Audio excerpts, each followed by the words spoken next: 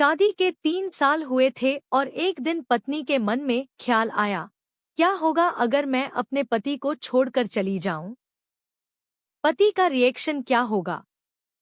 फिर वह क्या करेगा? इसी विचार के चलते पति की परीक्षा लेने के लिए उसने एक चिट्ठी लिखी। उसमें लिखा, आपके साथ रहकर बोर हो गई हूं। मुझे अब इस गृहस्थी से कोई लगाव नहीं है। मैं तुम्हारे साथ एक पल भी नहीं रह सकती, इसलिए मैं तुम्हें और इस घर को छोड़कर जा रही हूँ। उसने वो चिट्ठी टेबल पर रखी और खुद बेड के नीचे जाकर छुप गई। थोड़ी देर बाद पति ऑफिस से घर लौट आया। उसे घर में अपनी पत्नी कहीं नहीं दिखी। फिर उसकी नजर टेबल पर रखी चिट्ठी पर पड़ी। चिट्ठी को उठाकर उसने पढ़ी। थोड़ी देर तक बिल्कुल शांत रहा, कुछ नहीं बोला। फिर उसने उसी चिट्ठी में पीछे कुछ लिखा और अपने मोबाइल में गाने बजाकर जोर-जोर से नाचने लगा। फिर उसने अपने कपड़े बदले और अपनी एक फ्रेंड को फोन लगाया और कहने लगा, मैं आज आजाद हो गया हूँ। मेरी बीवी को आखिरकार ये एहसास हो गया कि वह मेरे काबिल नहीं है, इसलिए वह खुद ही मुझे छोड़कर हमेशा के लिए चली गई है और मैं अब आजाद हो गया हूँ। तुमसे अभी सामने वाले बगीचे में मिलना चाहता हूँ। फटाफट वहां आकर मुझे मिलो। ऐसा कहकर पति घर के बाहर निकल गया। दोनों आंखों में आंसू की धारा लिए पत्नी बेड के नीचे से बाहर निकली। उसके हाथ थर-थर कांप रहे थे। कांपते हाथों से उसने टेबल पर रखी वो चिट्ठी उठाई और पढ़ी, जिसमें पति ने लिखा था, अरे पगलेट, तुम्हें तो ठीक से छुपना भी नहीं आता।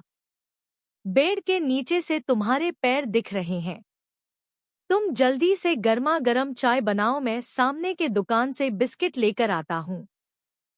मेरे जीवन में खुशी तुम्हारे आने से है। आधी खुशी तुझे सताने में है और आधी तुझे मनाने में। आखिर लास्ट में तो हम दोनों ही साथ रहेंगे ना। कभी हम झगड़े, एक दूसरे की टांग खींचे, एक दूसरे को बुरा भला कहे, फिर भी एक दूसरे पर दादागिरी करने के लिए लास्ट में तो हम दोनों ही रहेंगे ना। जो बोलना है बोलो, जो करना है करो।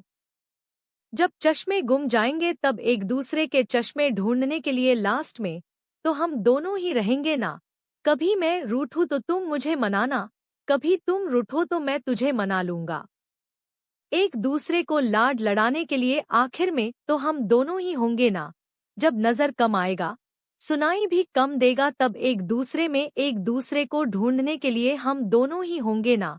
जब घुटनों में दर्द बढ़ जाएगा, कहीं आना जाना भी बंद हो जाएगा, तब एक दूसरे के नाखून काटने के लिए तो हम दोनों ही होंगे ना। मेरी रिपोर्ट तो बिल्कुल क्लियर है, आई एम ऑल राइट बोल कर एक दूसरे को चिढ़ाने के लिए आखिर तो हम दोनों ही होंगे ना। जब हम दोनों का साथ छूटेगा, अंतिम विदाई होगी, तब एक दूसरे को माफ करने के लिए आखिर हम दोनों ही होंगे ना। आखिर में सिर्फ हम और सिर्फ हम दोनों ही होंगे ना। दोस्तों, कहानी खत्म होते होते बीवी का रो रो कर बुरा हाल हो गया। उसे पता चल गया कि उसका पति उससे कितना ज्यादा प्यार करता है। आप भी सच सच बताना, क्या इस कहानी को पढ़ते पढ़ते आपकी आंखों में भी पानी आया या नहीं?